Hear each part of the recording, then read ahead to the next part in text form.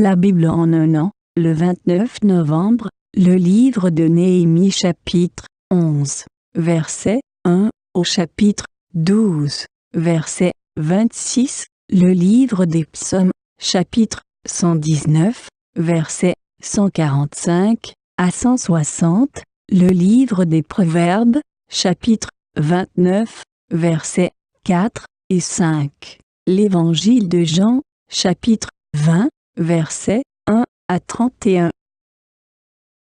Néhémie, chapitre 11. Les chefs du peuple s'établirent à Jérusalem. Le reste du peuple tira au sort, pour qu'1 sur 10 vint habiter Jérusalem, la ville sainte, et que les autres demeurassent dans les villes. Le peuple bénit tous ceux qui consentirent volontairement à résider à Jérusalem.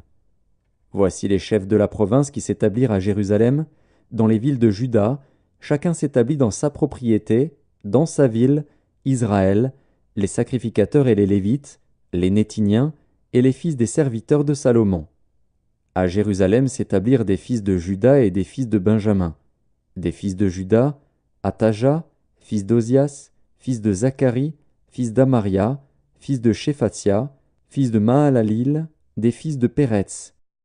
Et Maazéja, fils de Baruch, fils de Kol-Osé, fils de Hazaja, fils d'Adaja, fils de Jojarib, fils de Zacharie, fils de Shiloni. Total des fils de Péretz qui s'établirent à Jérusalem, 468 hommes vaillants. Voici les fils de Benjamin, Salu, fils de Meshulam, fils de Joëd, fils de Pédaja, fils de Kolaja, fils de Maazéja, fils d'Itiel, fils d'Ésaïe, et, après lui, Gabaï et Salaï, 928. Joël, fils de Zikri, était leur chef, et Juda, fils de Sénua, était le second chef de la ville.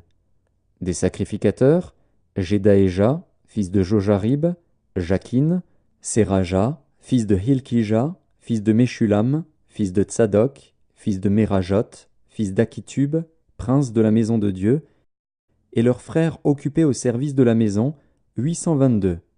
Adaja, fils de Jérocham, fils de Pelalia, fils d'Amtsi, fils de Zacharie, fils de Pashur, fils de Malkija, et ses frères, chefs des maisons paternelles, 242. Et Amashaï, fils d'Azaril, fils d'Akzaï, fils de Meshilémoth, fils d'Immer, et leurs frères, vaillants hommes, 128. Zabdiel, fils de Guédolim, était leur chef. Des Lévites, Shemaéja, fils de Hashub, fils d'Azrikam, fils de Hashabia, fils de Buni, Shabbétaï et Josabad, chargés des affaires extérieures de la maison de Dieu, et faisant partie des chefs des Lévites. Matania, fils de Miché, fils de Zabdi, fils d'Azaph, le chef qui entonnait la louange à la prière, et Bakbukia, le second parmi ses frères, et Abda, fils de Shamua, fils de Galal, fils de Jédutun. Total des Lévites dans la ville sainte, 284. Et les portiers, Akub, Talmon, et leurs frères, gardiens des portes, 172. Le reste d'Israël, les sacrificateurs, les Lévites, s'établirent dans toutes les villes de Juda, chacun dans sa propriété. Les Néthiniens s'établirent sur la colline, et ils avaient pour chef Tsisha et Gishpa. Le chef des Lévites à Jérusalem était Uzi, fils de Bani, fils de Hashabia, fils de Matania, fils de Miché, d'entre les fils d'Azaph, les chantres chargés des offices de la maison de Dieu. Car il y avait un ordre du roi concernant les chantres, et un salaire fixe leur était accordé pour chaque jour. Pétajah, fils de Méchézabil, des fils de Zérach, fils de Juda, était commissaire du roi pour toutes les affaires du peuple. Dans les villages et leurs territoires, des fils de Juda s'établirent à Kirjat Arba et dans les lieux de son ressort, à Dibon et dans les lieux de son ressort, à Jékapstil et dans les villages de son ressort, à Jéshua, à Molada, à Beth-Palet, à Hatsar-Shual, à Beer-Sheba et dans les lieux de son ressort, à Tsiklag, à Mekona et dans les lieux de son ressort, à En-Rimon, à Tsoréa, à Jarmut, à Zanoar, à Adulam et dans les villages de leur ressort, à Lachis et dans son territoire, à Azeka et dans les lieux de son ressort. Ils s'établirent depuis Beer-Shéba jusqu'à la vallée de Hinnom.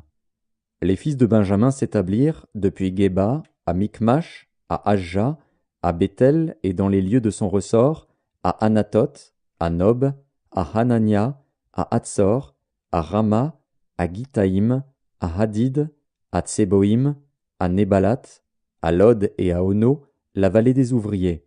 Il y eut des Lévites qui se joignirent à Benjamin, quoique appartenant aux divisions de Juda. Néhémie, chapitre 12.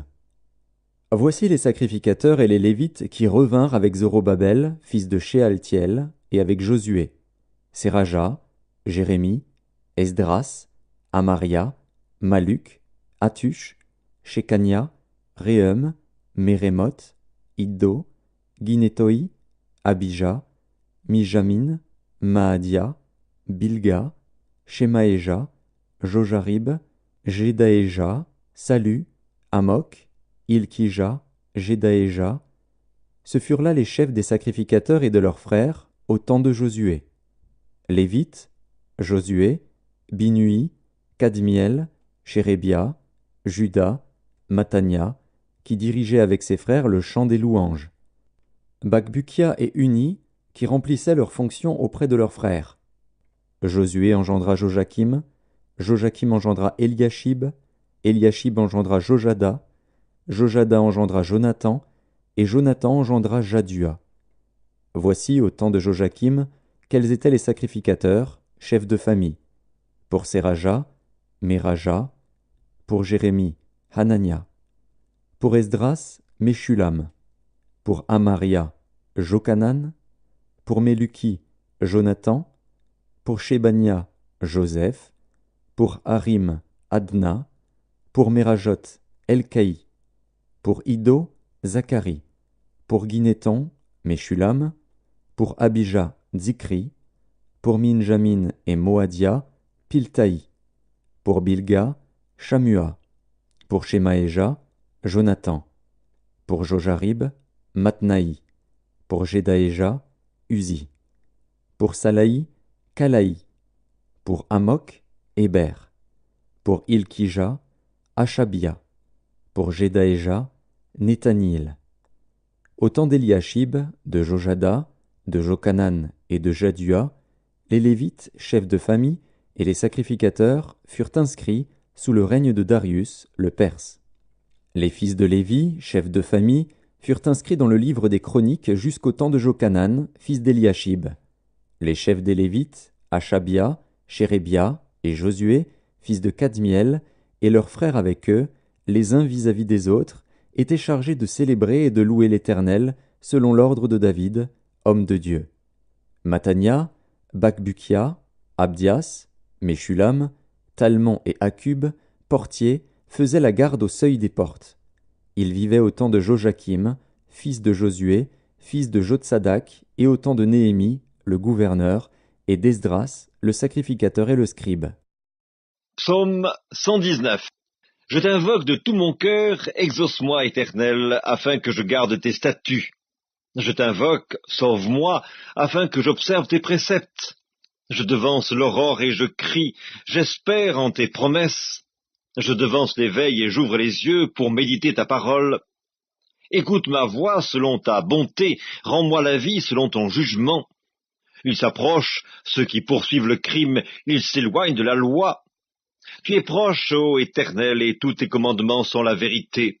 Dès longtemps, je sais par tes préceptes que tu les as établis pour toujours. Vois ma misère et délivre-moi, car je n'oublie point ta loi. Défends ma cause et rachète-moi, rends-moi la vie selon ta promesse. Le salut est loin des méchants, car ils ne recherchent pas tes statuts. Tes compassions sont grandes, ô Éternel, rends-moi la vie selon tes jugements. Mes persécuteurs et mes adversaires sont nombreux, je ne m'écarte point de tes préceptes. Je vois avec dégoût des traîtres qui n'observent pas ta parole. Considère que j'aime tes ordonnances. Éternel, rends-moi la vie selon ta bonté. Le fondement de ta parole est la vérité, et toutes les lois de ta justice sont éternelles. Livre des Proverbes, chapitre 29. Un roi affermit le pays par la justice, mais celui qui reçoit des présents le ruine. Un homme qui flatte son prochain tente un filet sous ses pas. Évangile de Jean, chapitre 20. Le premier jour de la semaine, Marie de Magdala se rendit au sépulcre dès le matin, comme il faisait encore obscur. Et elle vit que la pierre était ôtée du sépulcre. Elle courut vers Simon-Pierre et vers l'autre disciple que Jésus aimait, et leur dit : « Ils ont enlevé du sépulcre le Seigneur, et nous ne savons où ils l'ont mis. » Pierre et l'autre disciple sortirent et allèrent au sépulcre. Ils couraient tous deux ensemble. Mais l'autre disciple courut plus vite que Pierre et arriva le premier au sépulcre. S'étant baissé, il vit les bandes qui étaient à terre, cependant il n'entra pas. Simon-Pierre, qui le suivait, arriva et entra dans le sépulcre. Il vit les bandes qui étaient à terre, et le linge qu'on avait mis sur la tête de Jésus, non pas avec les bandes, mais plié dans un lieu à part. Alors l'autre disciple, qui était arrivé le premier au sépulcre, entra aussi. Et il vit, et il crut. Car il ne comprenait pas encore que, selon l'Écriture, Jésus devait ressusciter des morts. Et les disciples s'en retournèrent chez eux. Cependant Marie se tenait dehors près du sépulcre, et pleurait. Comme elle pleurait, elle se baissa pour regarder dans le sépulcre. Et elle vit 2 anges vêtus de blanc, assis à la place où avait été couché le corps de Jésus, l'un à la tête, l'autre aux pieds. Ils lui dirent : « Femme, pourquoi pleures-tu » Elle leur répondit : « Parce qu'ils ont enlevé mon Seigneur, et je ne sais où ils l'ont mis. » En disant cela, elle se retourna, et elle vit Jésus debout, mais elle ne savait pas que c'était Jésus. Jésus lui dit : « Femme, pourquoi pleures-tu ? Qui cherches-tu » Elle, pensant que c'était le jardinier, lui dit : « Seigneur, si c'est toi qui l'as emporté, dis-moi où tu l'as mis, et je le prendrai. » Jésus lui dit : « Marie. » Elle se retourna et lui dit en hébreu : « Rabouni », c'est-à-dire « Maître ». Jésus lui dit : « Ne me touche pas, car je ne suis pas encore monté vers mon Père. Mais va trouver mes frères, et dis-leur que je monte vers mon Père et votre Père, vers mon Dieu et votre Dieu. » Marie de Magdala alla annoncer aux disciples qu'elle avait vu le Seigneur et qu'il lui avait dit ces choses. Le soir de ce jour, qui était le premier de la semaine, les portes du lieu où se trouvaient les disciples étant fermées, à cause de la crainte qu'ils avaient des Juifs, Jésus vint, se présenta au milieu d'eux, et leur dit : « La paix soit avec vous. » Et quand il eut dit cela, il leur montra ses mains et son côté. Les disciples furent dans la joie en voyant le Seigneur. Jésus leur dit de nouveau : « La paix soit avec vous. Comme le Père m'a envoyé, moi aussi je vous envoie. » Après ces paroles, il souffla sur eux et leur dit : « Recevez le Saint-Esprit. Ceux à qui vous pardonnerez les péchés, ils leur seront pardonnés, et ceux à qui vous les retiendrez, ils leur seront retenus. » Thomas, appelé Didyme, l'un des 12, n'était pas avec eux lorsque Jésus vint. Les autres disciples lui dirent donc : « Nous avons vu le Seigneur. » Mais il leur dit : « Si je ne vois dans ses mains la marque des clous, et si je ne mets mon doigt dans la marque des clous, et si je ne mets ma main dans son côté, je ne croirai point. » 8 jours après, les disciples de Jésus étaient de nouveau dans la maison, et Thomas se trouvait avec eux. Jésus vint, les portes étant fermées, se présenta au milieu d'eux, et dit : « La paix soit avec vous. » Puis il dit à Thomas : « Avance ici ton doigt, et regarde mes mains. Avance aussi ta main, et mets-la dans mon côté, et ne sois pas incrédule, mais crois. » Thomas lui répondit : « Mon Seigneur et mon Dieu. » Jésus lui dit : « Parce que tu m'as vu, tu as cru. Heureux ceux qui n'ont pas vu et qui ont cru. » Jésus a fait encore, en présence de ses disciples, beaucoup d'autres miracles qui ne sont pas écrits dans ce livre. Mais ces choses ont été écrites afin que vous croyiez que Jésus est le Christ, le Fils de Dieu, et qu'en croyant vous ayez la vie en son nom.